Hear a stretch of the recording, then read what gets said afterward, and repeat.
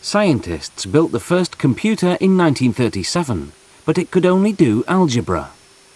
The first general-purpose computer in 1946 was the size of 20 fridges. During the 1950s, transistors replaced bulky vacuum tubes. Then integrated circuits replaced transistors. But the biggest breakthrough came in 1971 with the microprocessor. All the components on one minuscule chip, making today's personal computer possible.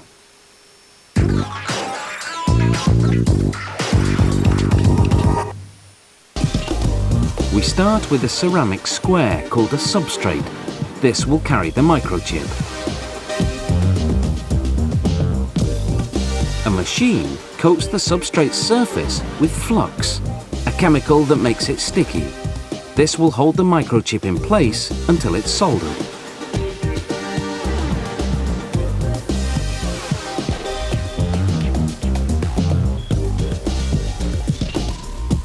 This facility receives the microchips ready-made with all the circuits in place.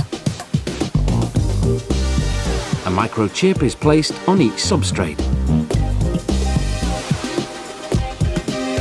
An infrared light guides the machine to place the chip in precisely the right spot.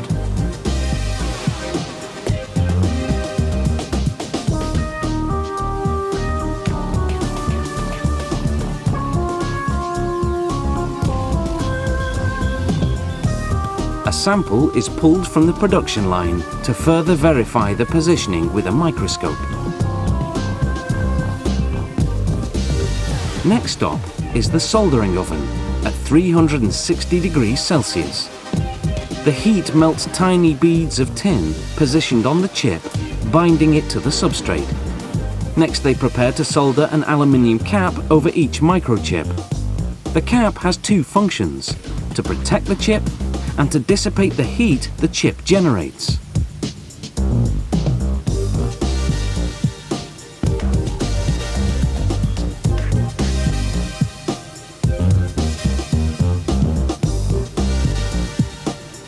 A robotic arm picks up 4 caps at a time and positions them over the microchips.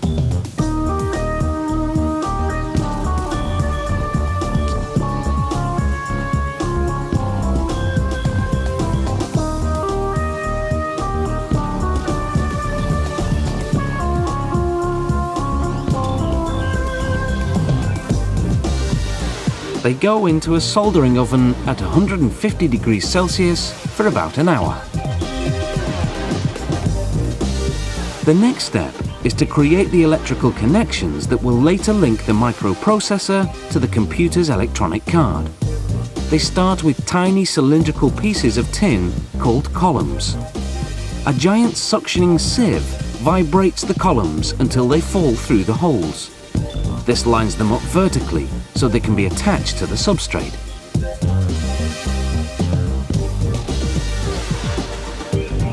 A thick adhesive paste is spread that attaches the vertical columns from underneath.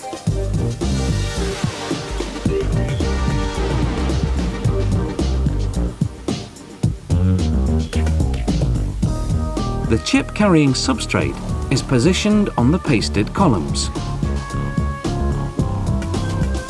The result is a microchip with 1,000 connections.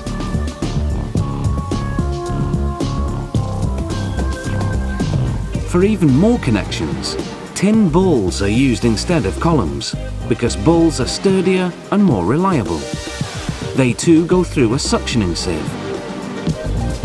Only instead of paste, they're stuck on with flux, the same sticky chemical used earlier to position the microchip.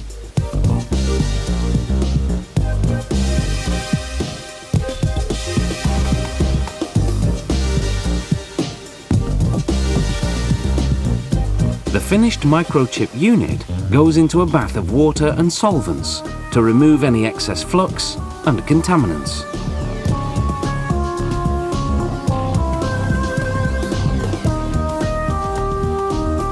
Last stop is quality control testing, including 12 hours spent in an oven heated to 140 degrees Celsius. From here, the microprocessor unit goes to another factory where it's soldered onto an electronic card. The little brain is then ready to get to work.